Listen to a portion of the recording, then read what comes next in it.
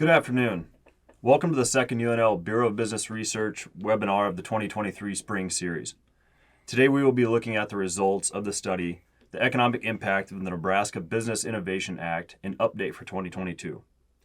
This is a study that was completed through a collaboration between the UNL Bureau of Business Research, the Nebraska Department of Economic Development, and Invest Nebraska. Today's presentation is sponsored by the Bureau of Business Research within the Department of Economics at the College of Business at UNL. My name is Mitch Herian. I serve as Project Director at the Bureau of Business Research. Today I'm joined by Dan Hoffman, who serves as the Executive Director of Invest Nebraska. Dr. Eric Thompson, the Director of the Bureau, is also a co-author on this report but is not here today. Before we begin, I would like to point out several features of the webinar. First, there's a chat window that participants can chat with one another throughout the duration of the webinar.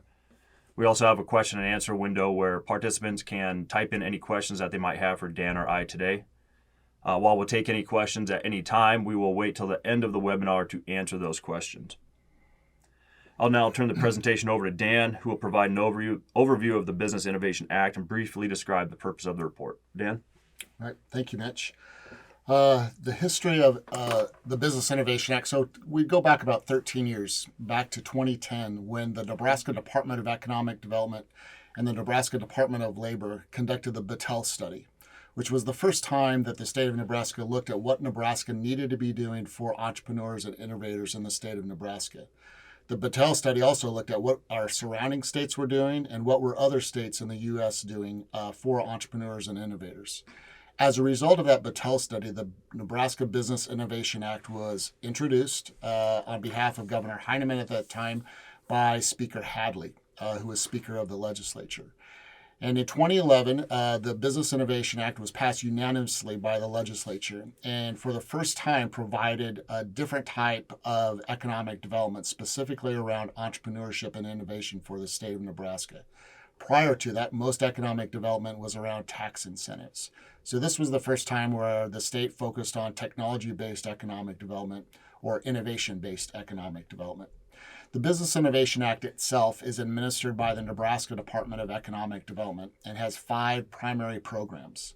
The first is a seed, pre-seed, or a prototype grant program, where the Department of Economic Development provides a grant up to $150,000 for an entrepreneur to focus on a product or a process for their business. That must be matched 50% by the company. The second is a matching grant for the federal SBIR, or Small Business Innovation Research Grants, or STTR grants.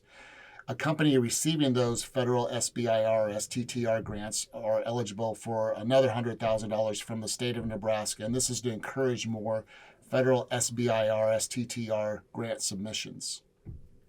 The third program is the Academic Research and Development Program. This is a program that's divided into 2 phases, and it requires an entrepreneur or a business to work with a university researcher. The first phase is a phase 1 up to $100,000, where the company is working with a university researcher to satisfy their process or their product, and it has to be matched by the company 1-to-1. So they have to come up with that match. And the phase 2 academic R&D is up to $400,000. The fourth program is a seed commercialization program, where through Invest Nebraska, our contract with the Department of Economic Development, we seed those ideas with capital of up to $250,000, and we have to be matched by private investors. And this gets the companies on the process to scale their business. And then lastly, there's a microenterprise loan and technical assistance program focused more on Main Street entrepreneurs who are starting a business locally, and their customers are in the local area as well. We see on the next slide, in the past, through these economic impact analysis, we've looked at other third-party data to determine also, are we getting recognized as a state of Nebraska for these companies as they raise funds? And this is only one measurement, but this was a study from PitchBook that we used this year. Prior years, we've used PricewaterhouseCoopers CB Insights report.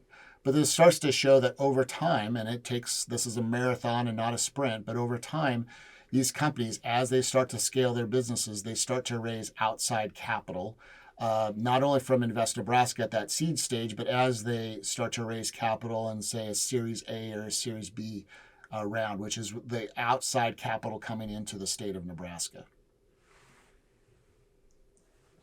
Okay, with that, I will just take us through the 2022 report.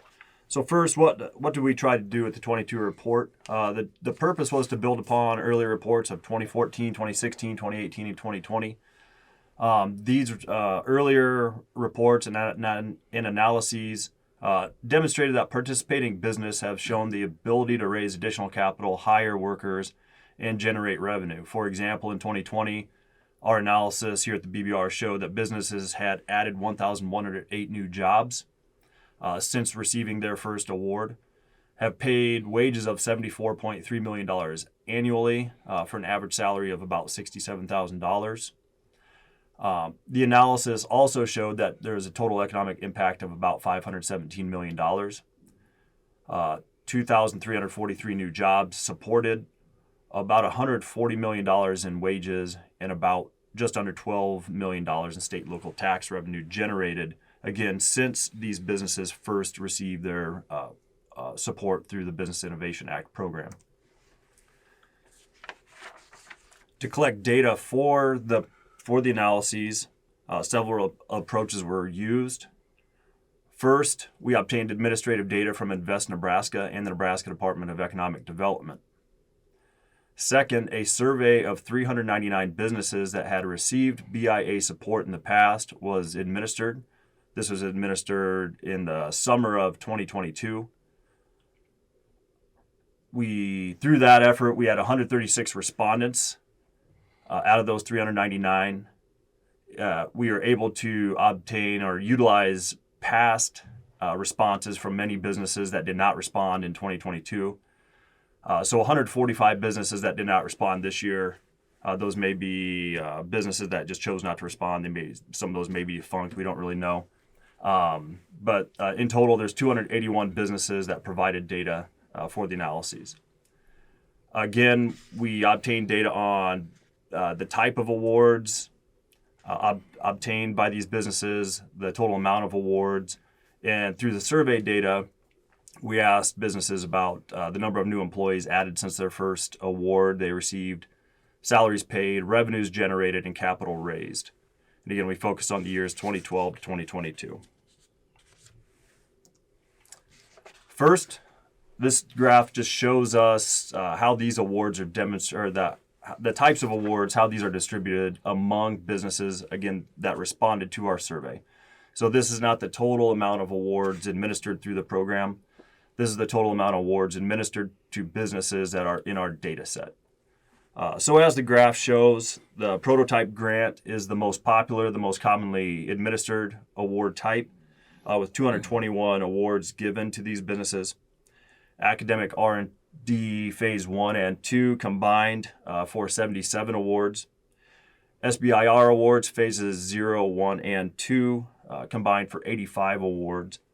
And 62 commercialization awards were administered to businesses in our sample.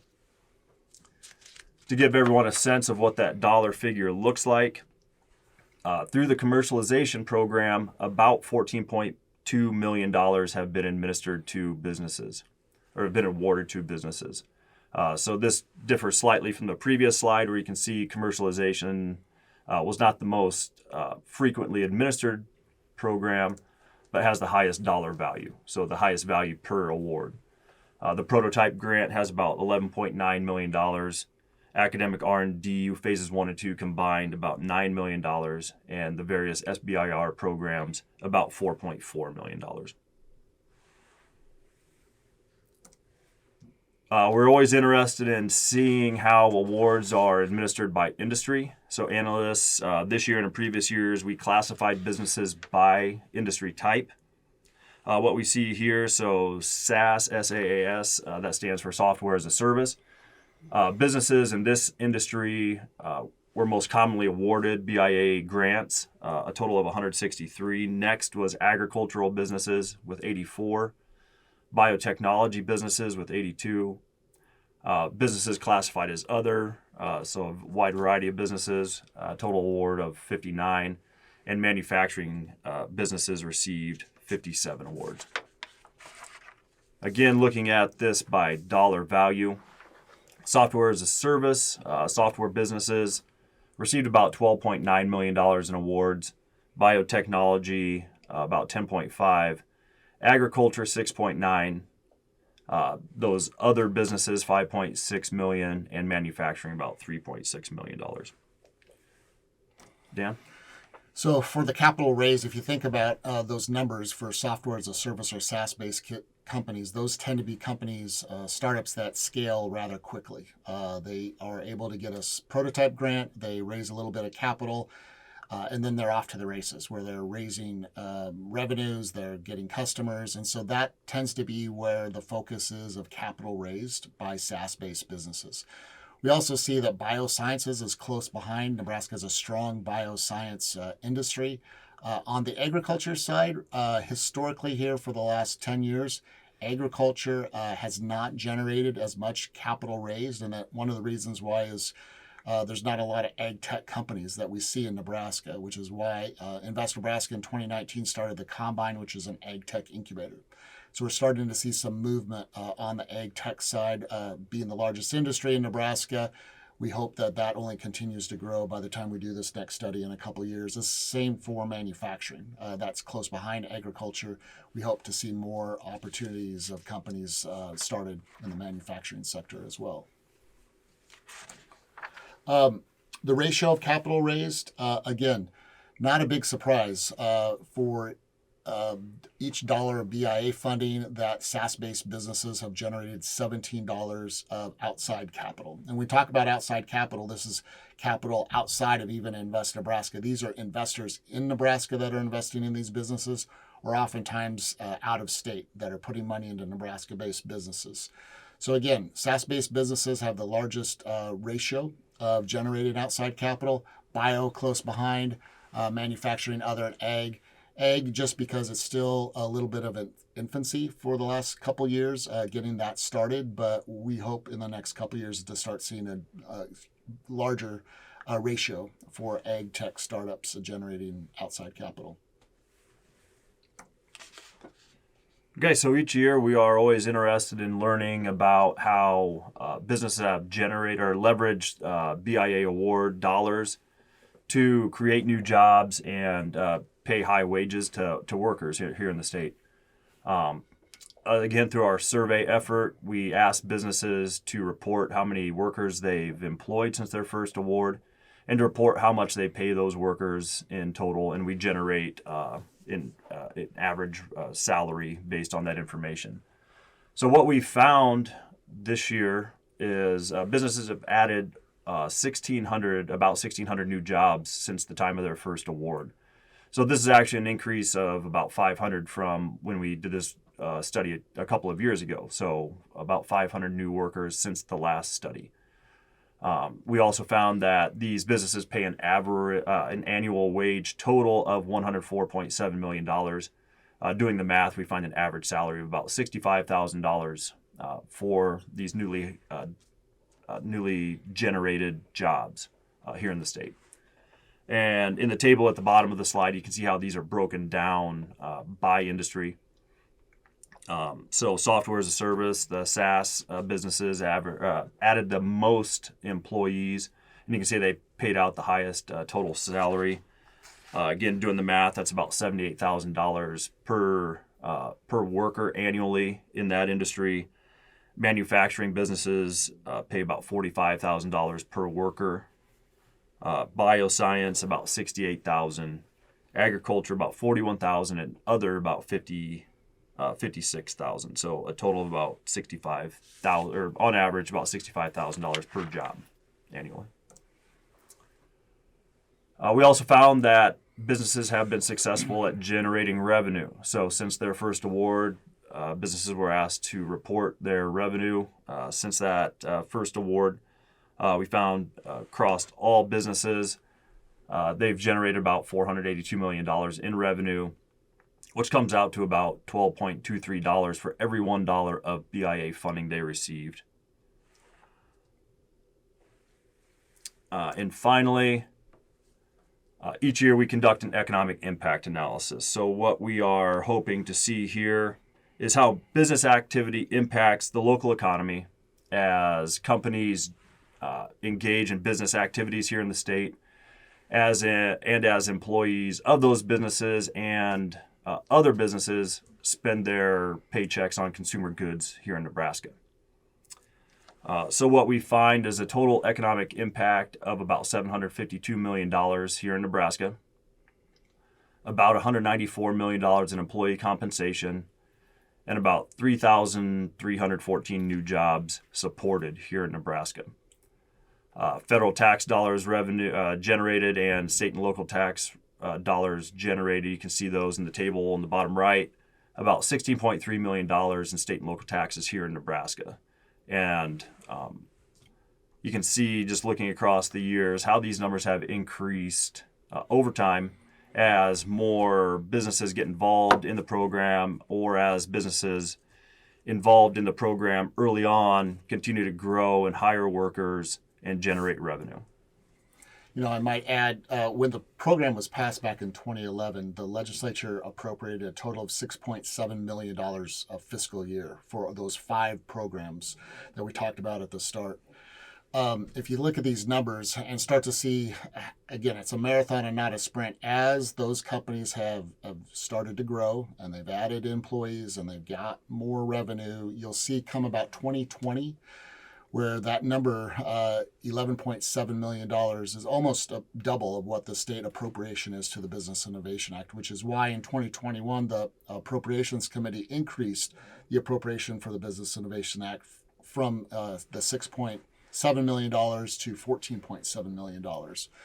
So I would guess probably in the next couple of years when we do this again, we will start to see that the state and local taxes starts to grow even more, which means that the program is starting to pay for itself with the investment by the legislature in these early stage companies. Okay, thanks, Dan. And with that, I guess we'll just conclude. You can see here that we have shown in this report in previous years that the Business Innovation Act continues to provide considerable support to Nebraska businesses. Businesses participating in the programs, they've leveraged these dollars to further support job creation, raise additional capital, and generate high levels of revenue, especially in relation to the dollars they receive from the BIA program.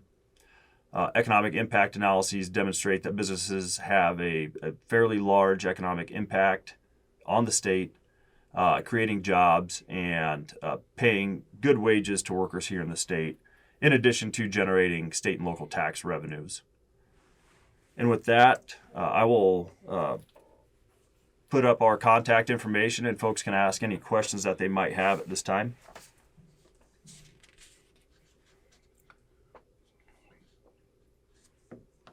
While we are waiting, maybe one thing we could do is, Dan, going back to this slide here, maybe you could just discuss briefly, what does year 2022 look like for Nebraska, and what might 2022 look like in Nebraska versus the broader U.S.? Yeah, there was an article recently in the Lincoln Journal-Star about 2022, and it looked like it was around a $300 to $400 million range. A fair amount of that, to be fair, is from Monolith Materials that raised a Series D venture capital round. But we start to see, again, these are ebbing and flowing. So you see these peaks and these valleys. And if you think of the company going out and raising funds, usually their burn rate and the capital they have on hand usually lasts them for a couple years. And so as they continue to grow, they may or may not need to raise additional funding. But that's why in some years we've just started to see this trend where I think it is in the year 2016 where it was a low, but then we went back up in a 2017 high, and then we went back down. And so there seems to be this cycle of companies raising. We also know in Nebraska that companies that raise funding, the dollar goes a lot longer for talent and just the cost of doing business. So I think in 2022, compared to the national, I think 2022 was going to be a good year. Obviously, we're seeing the ramifications of higher interest rates. And I think 2023 is going to be a struggle year for just startups raising funds across the country. And so we've already started to see a higher level of companies looking for seed funding. I think we're already for Invest Nebraska at around 3 or 4 million. So we're starting to see the pipeline has increased. Companies are going out raising more funds, but it just, again, this continues to be a marathon and not a sprint. I keep repeating that, but it takes a while for this to happen. But I think the economic impact analysis shows over time it's generating the returns that policymakers intended going forward. Okay, thanks a lot. So we do have one question, and maybe I'll let Dan answer. Okay, so what the contributing factor to the sharp increase in venture capital In 2020 and 2021. Yep. 2020, that year itself was it was kind of a bumper year. I mean, there were a couple companies. I'm thinking of one in particular, Virtual Incision, that went out and raised $40 million. I think it was their Series B round. So we have companies, again, that have, as they continue to grow, they are raising additional rounds of capital. I think in 2021, there was another raise. I believe that was $315 million. I believe $180 million of that, again, went to Monolith Materials. But even if you took that $180 million out, PitchBook would say that instead of 33rd, I think we dropped to 36th place. And so, we would fully expect in the coming years that as these companies continue to grow, they're going to raise substantially more rounds of financing. And in the venture capital world, a company raises at what's called a seed round, and then their next round is called a Series A, Series B, Series C. We started to see more Series A. I would expect over the next few years, you're going to start to see more Series B, Series C, companies raising much larger rounds of financing. And again, that financing is coming not from inside Nebraska, that's coming from outside of Nebraska, especially if these companies, if they're SaaS-based companies and they're scaling, they have substantial annual reoccurring revenues, they garner a lot of attention. So I think for 2020, 2021, I think that's why we're starting to see those upticks. And I think in 2022, Open Doors here in Lincoln, they closed on a $20 million round. I think 2022 will somewhere be around, outside of the Monolith, is somewhere around $100 to $120 million, I think. But then 2023, it's turning out to be a very lucrative year for Nebraska. Okay, thank you for that question. I'll go ahead and move forward to the last couple slides. Feel free to send in any other questions that you might have. Just to point out that we do have another webinar coming up in our series on March 31st. Dr. Eric Thompson will be heading this one up. And if there are not any other questions, I'll just go ahead and put up some of our contact information and our social media handles. If you'd like to connect us with us further here at the BBR. Again, if there are not any other questions, I'd like to thank Dan and Invest Nebraska and the Department of Economic Development for working with us on this project. So it is great to be able to help out on this effort. I personally really enjoy learning more about the businesses that are here in Nebraska that are receiving BIA support, just seeing what people are up to, what businesses are up to, what entrepreneurs are up to here in the state. And it's always great to see. So I appreciate you coming over here and helping us out with this presentation as well, Yeah, man. no, thank you. And it's been great watching the program continue to grow over these last, 8 years. I think when we first started this back in 2014. So it's exciting. And I can't wait for the next 8 to 10 years also. Thank you, Mitch. Thank you. All right, with that, I think we'll go ahead and conclude. And thanks, everyone, for joining us today.